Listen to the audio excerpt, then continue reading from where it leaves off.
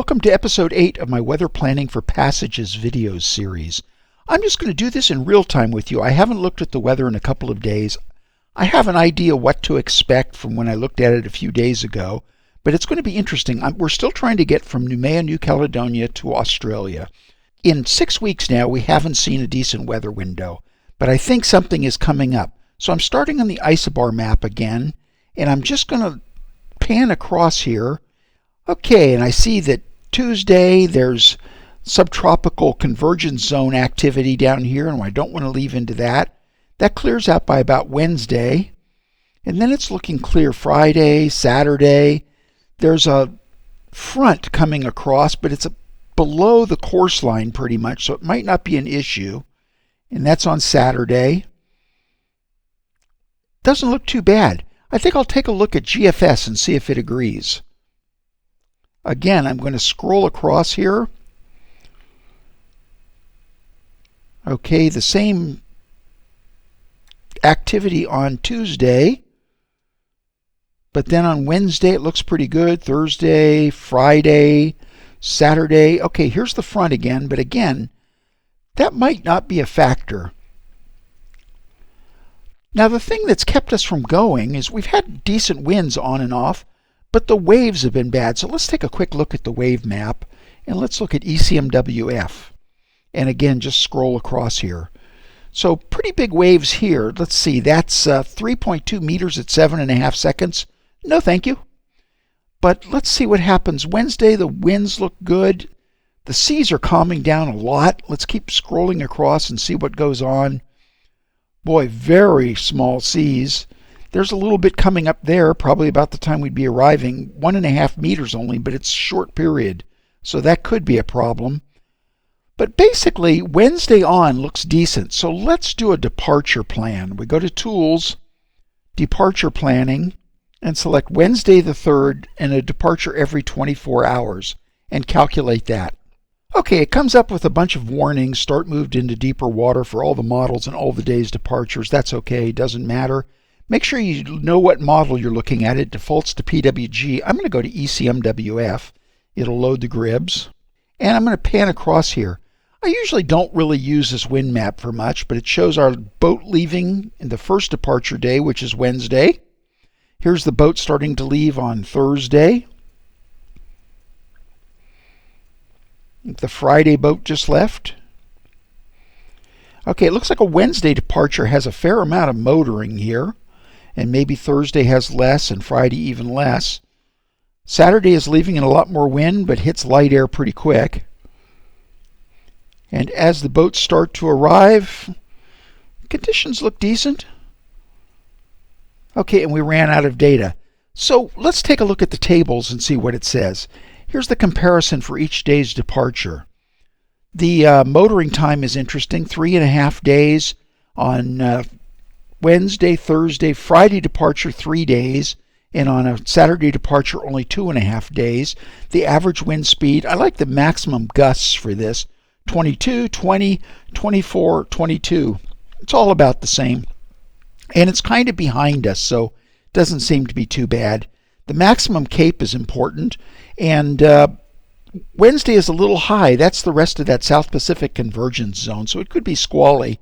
On Thursday, it's actually very low, and on Friday, it's even lower, and coming back up again on Saturday. So a Thursday or a Friday departure is looking pretty good. Here's the time upwind versus downwind versus reaching, and the time in the different waves. It looks like a Thursday departure has lower waves. Not by very much. Now, another consideration is that we don't want to arrive on a weekend because I think we pay overtime. So that's yet another complication. So a Thursday departure would be ideal for a 6.5 day passage. We could check in on Friday. Having seen this now, let's go and look at an actual weather plan, and let's look at Thursday. We go to weather routing.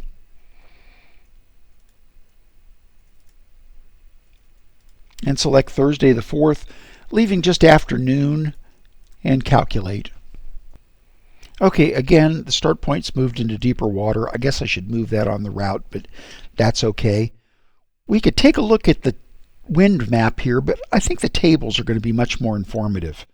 So the wind gets up to about 20 knots, but that's about it. Remember, that's not the gusts. The true wind direction, the true wind angle is what I like to look at. It seems like it's behind the beam the whole way. Rain, okay, well that would indicate Cape, but Cape is very low at only 80 joules per kilogram, so that's very low. Really not worried about anything less than about 1,000. I don't worry about temperature or pressure. Wave height, boy, it doesn't get much higher than 1.5 meters. This is looking ideal. Wave period, okay, it gets pretty low here, but again, when it's low, the waves are small. The influence on the polar, the only influence is positive, so I guess that means we're surfing down the waves. And roll just touches 4 degrees, which is kind of the critical point, but really doesn't go over that much, just barely touches it on day 1, 2, 3, 4. Vertical acceleration is 0.1. Well, 0.2 is critical, so it's half the critical. So that sounds great. And 0 slamming incidents.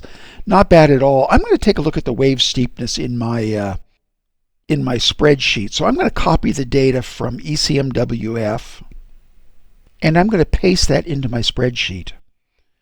So this is neat. The colors show me immediately what I need to look at. Here's the roll getting up to 4 degrees, but it really doesn't get above that, so that's great.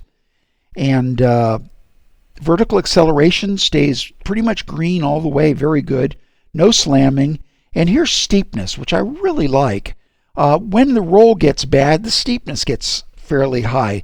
Less than 40 is a problem, and I really like 50 or 60 or 70 or 80 even. So this is a bit of a problem. So what's going on there? Well, the waves are 1.5 meters at 6.1 seconds, so they're getting very close. That's almost like wind chop. How long do we have to endure that is the next question. So it's the 8th of August at 11 in the morning, and it starts getting a lot better on the 9th of August at 3 in the morning. So it's almost a full day of that. That's not fun, but with the bad weather windows we've been seeing, I think that we'd actually take that at this point. It really isn't that bad. The seas aren't that big. It's going to be one uncomfortable day, or a little less than one uncomfortable day. Maybe we could change course a little bit to make that a little bit better. That's all I've got to say for now. I'll look at this every day now until Thursday. It's Sunday now, so it's still 4 days away. And I'm going to kind of plan on going on Thursday, if Cindy agrees. Thanks for joining us. Oh, Cindy's giving the big thumbs up. Thanks for joining us, and more soon.